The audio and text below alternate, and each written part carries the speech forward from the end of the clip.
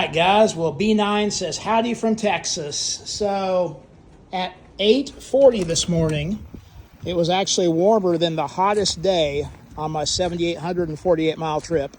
So that's kind of crazy that people on the West Coast think it's hot when it's like 30 degrees hotter than that first thing in the morning. So welcome to Texas. We're back. We're rolling. The Kodiak is done. They're going to come pick that up Saturday. The Connect, I called the insurance agent, waiting to hear back. Tim's car hauler down there, we're going to send out the canvas in the morning. We got the axles here. We finally got the roof in. We're going to rebuild the front end. As things go, in the morning, the saw went down, so we had to order a switch for that, but we had a backup saw, of course. Still waiting to hear back on the Cousin Eddie mobile.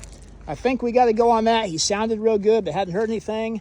Patty's motor coach is going out tomorrow. We got back in another motor coach. That one is for the slide floors. We did about half the work, and he brought it back in. And then we've got another one down there from one of my neighbors we got to check out. Still got a few for sale if anybody needs one. I've had a few calls on that. You know, is it worth it to rebuild this vintage camper or just buy a new one? Well, we have new ones on the lot. So if you want a 23 model, I've got two of those, along with other things.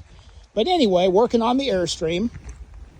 Of course, you know how it is. The moment you leave out, they're trying to put the caps on. They run out of things to do. So we've always got a plethora.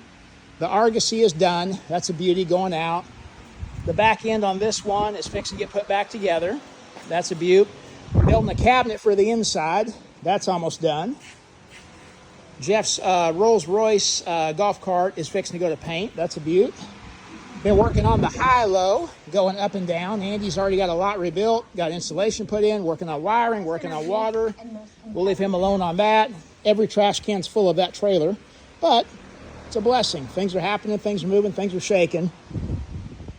But after a 7,848-mile trip, I don't think I want to do that again. That wasn't much fun. If you go through Wyoming, there's about 6 hours of road construction if you go through the whole state like I did, so keep that in mind.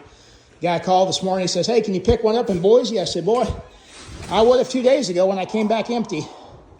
Anyway, have a great day, guys, and we'll talk to you soon.